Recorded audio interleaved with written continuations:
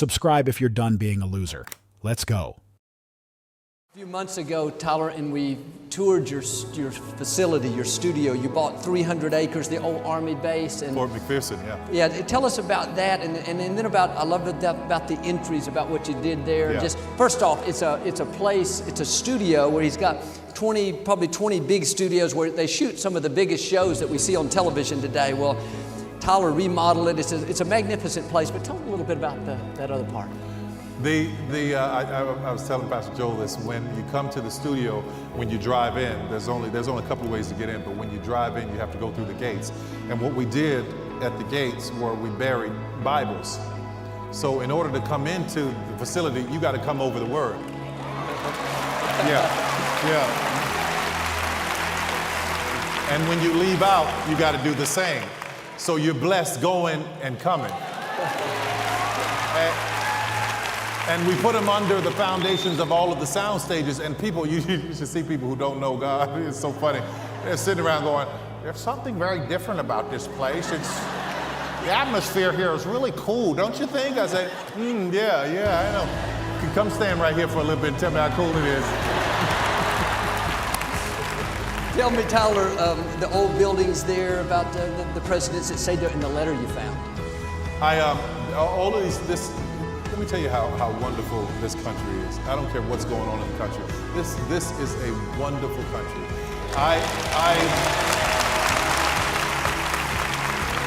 And the beauty of this moment, me being invited here, looking at all your faces, all different races sitting here together, serving one God, that's all that matters, the one God that we serve. The reason I brought that up is because here was an Army base that was established 20 years after the abolishment of slavery. That was once a Confederate Army base that I now own. Wow. I mean, the miracle in that alone,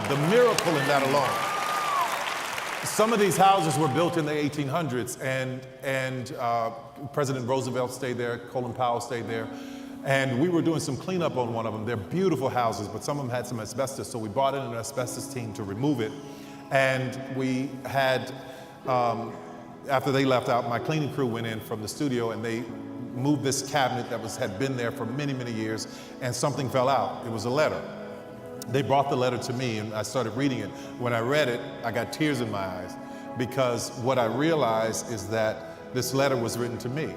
But the letter was written October 29, 1969, by a 13-year-old boy in Atlanta, Georgia. He goes on to tell all these stories in the letter, and he's writing it about where he's come from, the country's at war, Nixon is the president. He's saying all this stuff, but there's one line that really caught my attention. He said, I know this sounds silly, but I've always wanted to write a letter to the future. So he wrote the letter October 29, 1969. Well, I was born September 14th, 1969. So I had only been on the planet 6 weeks.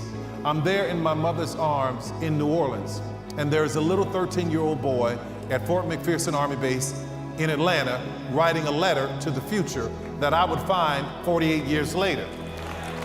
And I realized I am the future that he was writing to. And it came at a time when I was going through some things and I had to make some decisions about the studio, and it blew my mind, because there I was in this moment understanding that God had already ordained this even before I got to the planet. It was so powerful for me, so powerful, so wonderful. And I just felt so blessed and so fortunate. I still have a letter, and I have it framed, and every time I'm going through something or deal with something, I walk past it and I'm reminded, God's got it, God's got it, everything's all right, God's got it. Yeah. That's so good. Tyler, somebody asked you about all your failures, explain that. Yeah, this shocked a few people. They said, let's talk about your failures. I said, I don't have any. And I tell you why. I tell you why I say that. Because when you know that everything in your life is going to work together for your good. Listen, I look back on all the things in my life that I thought, that should have been a failure, that should have been a failure, that should have been. But when I really analyzed it, I realized those were teaching moments, those were molding moments, those were moving moments. And I realized, had that not happened, I wouldn't have been ready for this moment. Or had that situation not gone on, I wouldn't have been ready to go here. Had I not been able to live at that altitude, I wouldn't have been able to stand at this altitude. So what happened to me as I look back on all those moments, I don't call them failures. I call them the grace of God, because it had brought me right where I needed to be. I love right it. Where I He's needed directing to be. our steps. Right I love it. where I needed to be. All right. Shift gears a minute. Where did Medea come from? Oh, Lord. You jump one I big can't gear find right her in there. the Bible. No, you can't find it in the Bible. You won't find it anywhere in the Bible. Medea, I have an aunt who lives here in Houston, and her name is Mayola Ciparan. And she and my mother, they're a cross between, Medea's a cross between both of those ladies. And you wouldn't want to run into either one of them in a dark alley late at night, because you try to snatch their purse, you're going to get snatched up. But I saw Eddie Murphy do his hand at, playing an old woman in the clumps, and I said, okay, I'm going to try my hand at it. And that's where this character was born. But the power of it, as silly as it is, there's a power in it. Here's the power in it. It was the anesthetic that I used to make people laugh, to get to some very serious subject matter. People found themselves coming into these arenas and laughing really hard. And then I started talking about forgiveness. They're laughing really hard. I started talking about getting over pain and molestation and rape, all the things that are plaguing us as a society that we were ignoring and that weren't getting any attention. So I found that if I can make you laugh, I can use this as a teachable moment. So it became very, very important to me. As much as I don't like doing the character, I realized what it has done for many people. And I got a letter from someone. This is one, I got plenty of them, but this one was really powerful. It's about a woman who said she was going to commit suicide. So she got her kids together, and she went to a hotel, and she wanted to spend the last day with them. She said, we're going to do whatever you guys want to do. Whatever you want to do, we'll do. And she sent me this letter. This is before Facebook and all these other things. So I get this letter, and she's talking about what they wanted to do. They decided they wanted to see a Tyler Perry play. So she went and found one on bootleg. She brought it back to the hotel, and they watched it. Yeah, it's all right. And they watched it. But y'all don't buy bootleg. I know. But they watched it, and what happened was, as she was watching it, she started to laugh, and she started to be healed. And she sent me this letter saying, I no longer want to die. I feel like I can live and move on after seeing this play. So good. Yeah. Last thing, Tyler, and I'll step down. I want to turn it over to you for your message. But we're all trying to reach dreams today, and it's not easy. And you've hit the success, but give us some encouragement. What's a final thought for us on this segment? Listen, don't give up. I know that sounds simple, but don't give up. If you go to bed with it and you wake up with it and you can't shake it, you go get a job and that dream is still in the back of your head. You're working for somebody else, but that dream is still in the back of your head.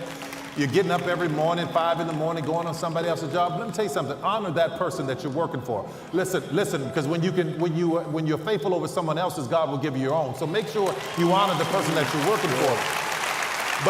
But at the same time, don't give up. The mantra at my studio is a place where even dreams believe.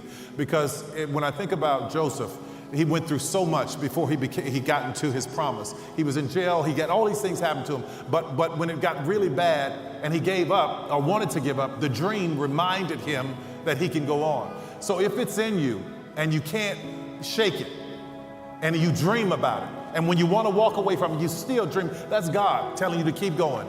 And if I can tell you anything else, please keep going. There are people whose lives and destiny are tied into you. Just think, had you stopped, all of these people, where would we be going to worship and hear a positive message? Do you understand what I mean? Yeah. So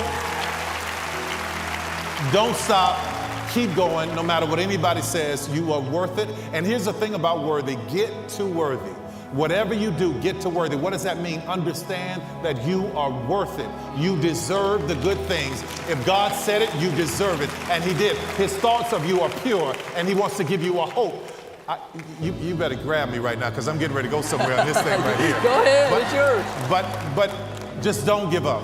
I am grateful to be here, and thank you for that moment, Pastor Joel. I really, really appreciate it. Thank you.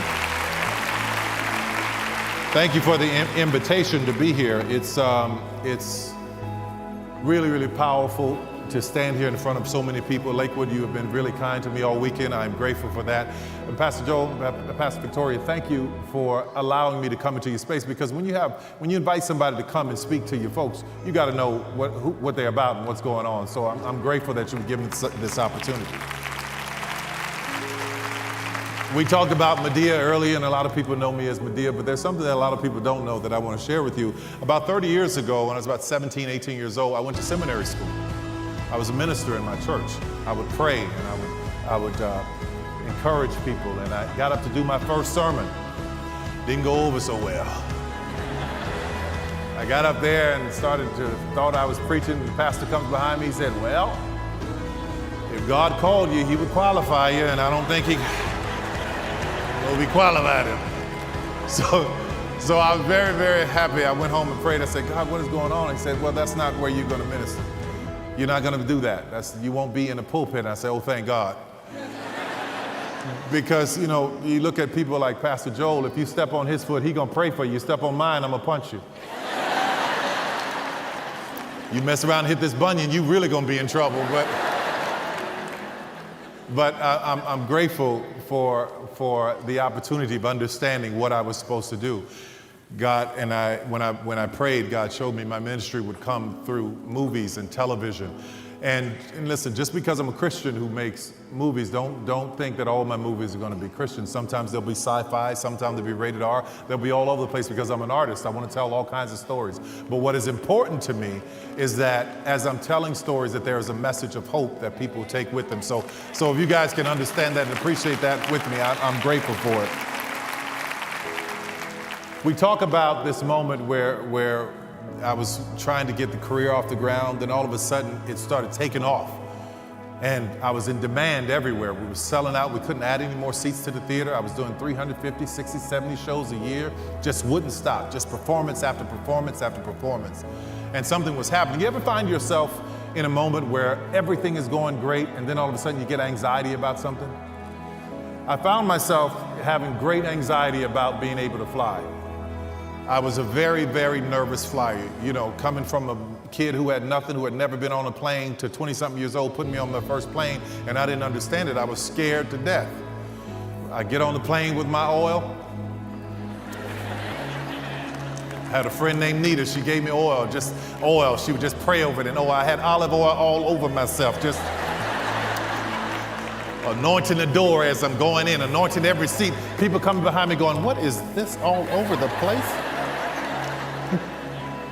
Get to my seat, we take off. Flight attendant come on and say the stuff they say. I didn't hear none of it. I was just holding on, holding on, holding on. We take off, I'm white knuckled. You have not seen white knuckles until you see a black man with white knuckles holding on to something. So there I was, in demand, but afraid to fly.